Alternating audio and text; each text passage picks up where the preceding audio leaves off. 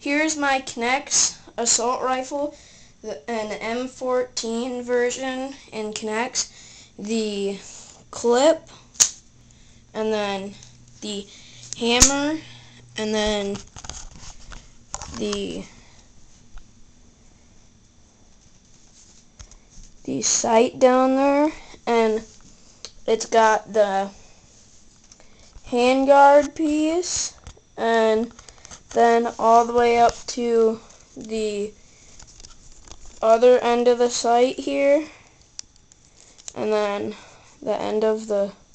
barrel, which really wouldn't be a barrel, and then the handle piece, and then the stock here, and the whole clip system.